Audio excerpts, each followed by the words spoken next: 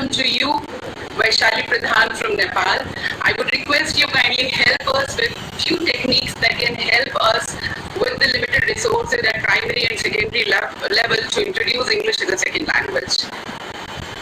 Thank you so much. Thank you so much, Akanksha. Thank you so much, ELT, for having me here. It's actually a delight. And Akanksha, I consider myself fortunate to have met you at Liverpool during the IHFL. It's great to know you. And again, thank you so much. Same here, Vaishali. Same here. Thank you.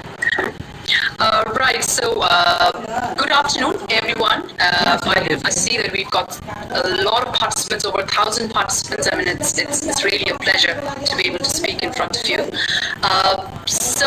For the next 10 to 12 minutes, I'm actually very, very delighted to be able to share my thoughts on different ways of teaching English as a second language so that learning can be fun and meaningful for our learners.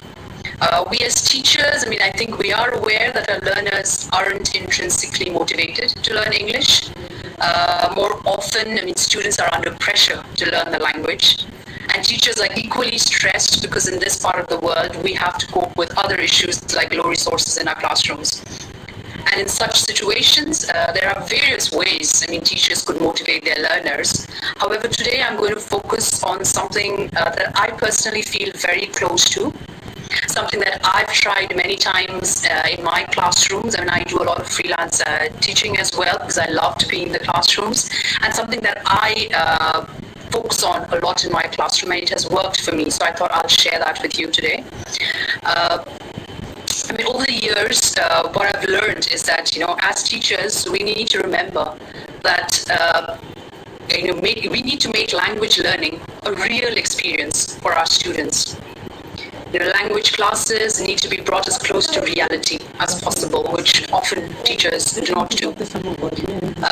Times are changing, and so is our textbooks. But I feel that we have a long way to go until our textbooks actually start dealing with topics that are very close to our lives. I've seen textbooks in Nepal, for example. They are improving. They have improved a lot in the last couple of years. But still, the topics that the textbooks deal with, it's very abstract.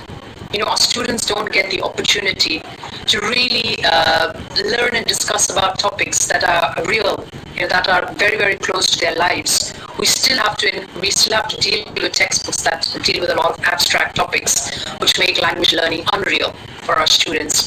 So I feel it is up to us as teachers to actually bring that reality into our classrooms ourselves.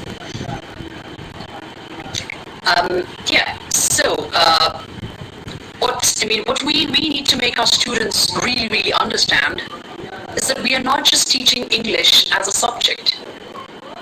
We are teaching English as a language, and they are learning English not as a subject, but as a language. A language that is helping us communicate. It's a language that is helping us express ourselves to the wider community, to maybe people in another country. So it's more like, English is more like a language rather than a subject.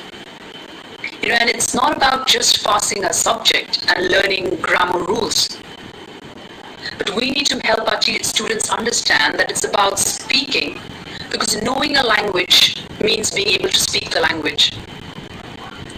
As Nuran puts it, as it's there in your screens, and the success is measured in terms of the ability to carry out a conversation in the language. It's not just about answering grammar questions. Based on my experience, for the past 14 years, I work with a lot of state schools in Nepal, and the number of classes that I've observed, the students that I've interacted with here in Nepal, and probably, it must be the same in other South Asian countries as well. Like, for example, a lot of state schools and private schools in India as well, probably. Students know the rules. They can write it down.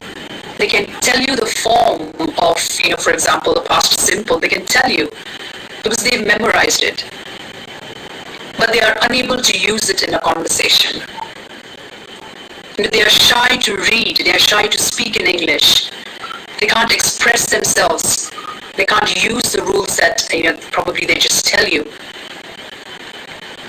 So the more opportunities we give our learners to use the language and relate it to real life conversations, the more engaged and interested we will make them, and kind of encourage them and happily get them to learn the language. Because let's think about it. What are our students scared of? What do we think? Why aren't they self-motivated to learn English? What prevents them? What demotivates them to learn English? Is it because they think English is not important? Do we think it's because of that? Or do we think it's for the fear of failing an exam? Is it the fear of making mistakes? Is it the fear of not knowing, the rules of present progressive, or not being able to tell you what the past participle is? Are these terms that are making it so uneasy and difficult for our learners to actually get motivated? Let's think about it. In our daily lives, we speak way more than we write, don't we? Think about your day today. How many times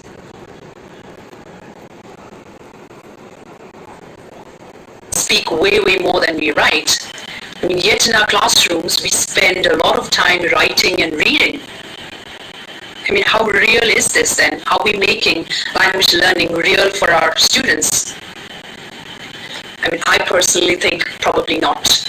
Okay, so probably that's where I feel we really need to address. That's what we need to address. We are not making language learning real for our learners, and that's why we're kind of scaring them.